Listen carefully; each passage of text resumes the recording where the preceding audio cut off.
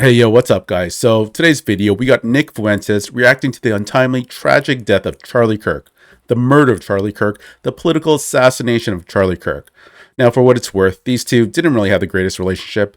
If we were to look at the political spectrum, this being the left, and this being the right, Charlie would probably be somewhere around here, and Nick would probably be right to the end here on the right. So, these two butted heads on many issues stemming from immigration, social issues, foreign aid, Israel, a lot of things. So they just didn't have a great relationship. Anyways, that said, let's just get into this video here and see Nick's reaction. He was my opponent, but I would never wish death upon him or anything like that. And Charlie Kirk never had a kind word to say about me in his life. Now that he has died, I'll say some kind words about him. Although I didn't agree with him, I considered him a part of the political establishment. In many ways, I considered him part of the problem. In spite of that, it is undeniable that he was a towering figure in American conservatism. It's undeniable. He was ambitious. He was a hard worker. He did things I cannot do. A lot of people said after his passing, I saw some people make oblique references to it. They said, well, if Charlie Kirk was assassinated, now the far right will step up. I don't know that there's anyone that could fill his shoes. I don't know that there's anyone that can do what he did. He died at 31 years old and left a legacy that many people could not achieve in many lifetimes. He hosted a show 3 hours a day. He went and faced down his enemies in debate. He would take on almost any challengers. I say almost because he wouldn't debate me, of course, but nevertheless, would debate anybody, anywhere, stare them down, and people don't know how difficult that is. He would sit there for hours on any subject, and then he would return home from the command center and direct the largest youth organization, the most ambitious project in conservative politics maybe ever. And he did it all before the age of 31. An absolutely brilliant, sharp, fierce warrior for his values and his beliefs. And as I said, I disagreed with them strongly. I'll make no bones about that, and that hasn't changed. But you have to admire that this was a fighter, this was a worker, this was a champion, and above all else, maybe this is what I respected about him the most. We had our disagreements. Where we did agree is that he would go to these college campuses and proclaim the name of Jesus Christ. And ultimately, that is why he was killed. Everyone will be persecuted for the sake of Jesus Christ. Anyone, everyone, fighting and winning that spiritual battle for Christ and for his kingdom will be persecuted for his sake. And I don't believe Charlie Kirk was any different. Okay, so let me pause it here for a sec before we continue. Like I said, these two just simply did not like each other. They just had so many differing views on so many issues, but it is what it is. That said, I am happy that Nick, decided to praise Charlie for his work. But what he said was completely 100% true, factual. Charlie was one of one. What he did with TPUSA as an 18-year-old is pretty crazy. He traveled across every 50 state, and not just in the US. He went to Canada, the UK, and spoke to all the young people at the colleges there. And I'm pretty sure that without, TPUSA and Charlie Kirk, Trump may not have won. Charlie Kirk was that important for Trump and this movement. Anyways, let's hear what else Nick had to say. Here is what I will say about left-wingers, because a lot of left-wing people reached out to me, and they told me, you have a responsibility. They said, we're afraid right now. They said, you need to lead people away from violence. I agree with them. But where was that mentality when someone showed up at my house with a gun and failed? Those people are not reaching out then. Where was that mentality throughout all of the persecutions, all the suffering? Now, this is speaking from a place of resentment. They're afraid. They're afraid that the right is going to punch back 1,000 times as hard. And we could, and we can. And I fear that some might. And I hope to God that they don't. In some sense, the right to be afraid. We should all be afraid that something we cannot control may happen. Here is what I will say to those people. I and Charlie Kirk for years pushed a peaceful resolution. We invited the left to debate, negotiate.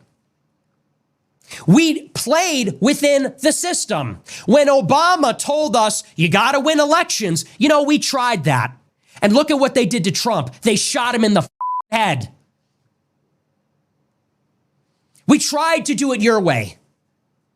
We tried to debate, to go to the polls, the voting booth. People ran for office. And what did they encounter? Intimidation, menacing, harassment, slander, lies, assassination attempts, and successes.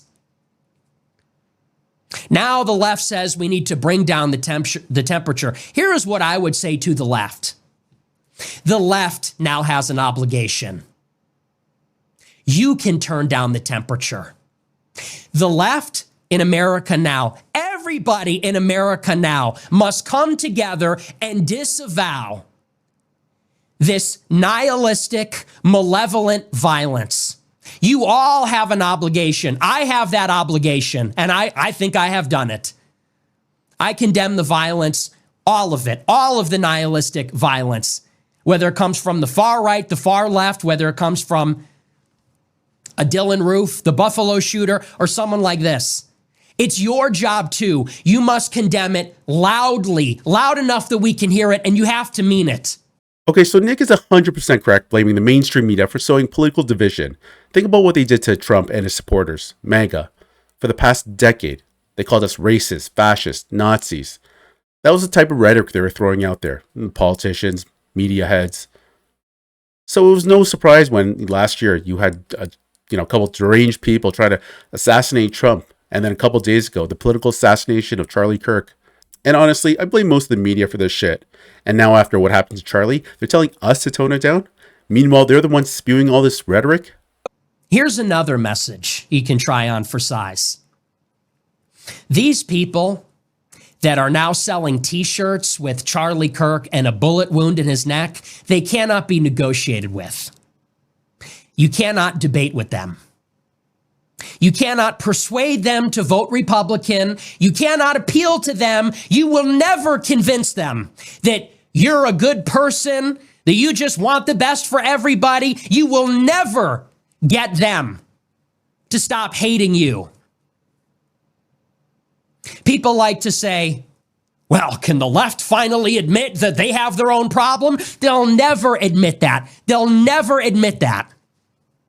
These craven losers, that person that when Charlie Kirk in the neck instinctually got up and turned and celebrated, they have to be defeated.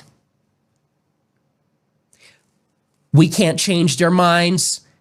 We can't invite them to change our minds. We can't negotiate with them. We can't invite them for a political compromise. If your gut reaction to seeing someone take a bullet in the neck and their face explode and their young children run up to them because they were afraid of the noise, if your reaction was to grin and celebrate, you must be defeated. You must be destroyed. You must be identified, you must be isolated, and you must be eradicated from our society.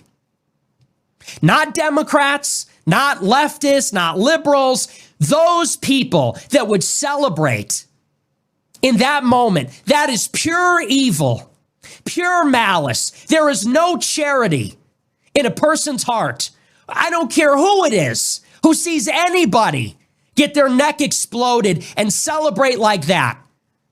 That's the kind of evil we're dealing with. That's the kind of evil that has taken over our society. It has become too common. People have let it fester. Like with Luigi Mangione, they thought it was cute. They thought it was glib. And look at what we have now. We are on the verge of full-on political violence and civil war. I don't think people realize what that looks like. There's going to be a lot of children without mothers and fathers, a lot of mothers and fathers grieving their dead children. I don't want that. Nobody should want that. But when it comes to evil people, cowardly, weak, evil people that snipe at Trump, at Charlie Kirk, like the gunman that came to my house last year, unfortunately, it's not always up to us which battles we fight. When they show up to your front door, when they take shots at the rally, at the Change My Mind, we don't have a choice.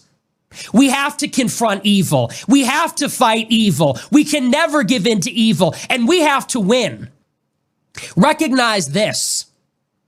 If these people ever get power over us, these people that celebrate, they sell t-shirts, they steal hats when a man is lying dead, they will hurt you. They will hurt your children, and they will destroy everything that is sacred to us, everything that we love, and they will do it with a smile. They're already doing it. They have done it. They're telling on themselves. And Sam Hyde said it very well. All their cutesy language, their word games, their sarcasm, their irony, it is dripping with malevolence, dripping with contempt, dripping with malevolence and malice. And if these people ever win, we will all suffer the same fate as Charlie Kirk. They have to be defeated, utterly and fundamentally. Now, this is not a call to violence, because taking up arms against these people, what will that do? It will invite more of it. They killed Charlie. Now I think they got Nick. There's a lot of talk in the political sphere about who's the next man up to take over the throne for Charlie. Now, I'm not saying those are easy shoes to fill. Obviously, no one's going to replace Charlie, but people are still looking at who's going to be the next ascendant figure. And a lot of people are looking to Nick Fuentes because he's got a very, very huge following. You know, Steve Bannon also mentioned it on Twitter, I believe, that he sees Nick being the next guy to take over. So Nick has a very, very huge following. The only issue with Nick is that he has to be able to tone down his rhetoric, because right now I think he's deplatformed from a lot of, social media sites. Like, I'm pretty sure he's not even on YouTube. So the fact that he's not on these platforms, it kind of hurts him because his voice is getting suppressed. So he needs to be able to tone down that rhetoric a bit and get re-platformed. Otherwise, it's pointless. But a lot of people have their money on Nick Fuentes taking over. So he's going to be someone to watch. But what he's saying here is 100% correct. A lot of stuff we've been seeing after Charlie's death, people going out on the streets from the left celebrating, selling t-shirts with a caricature of Charlie getting shot in the neck. This is how deranged these people are, and Nick's just calling them out. Now, he's not calling for violence, obviously, but he's saying we got to stop these people because they're so deranged. You can't even reason with these people. Like, I can't even tell you, I was just on Reddit, arguing with these people. You should see the stuff they're saying there about Charlie. And the moderation is completely dead. The moderation on Reddit is completely one-sided. I had no idea. I just started using Reddit, and it is crazy. Anything I say, it gets removed. I get banned from so many sites, and I'm not even saying anything crazy. But they just, suppress whatever I say. Anyone on the right. It's just nuts. I don't know. I'm done with that site, I think.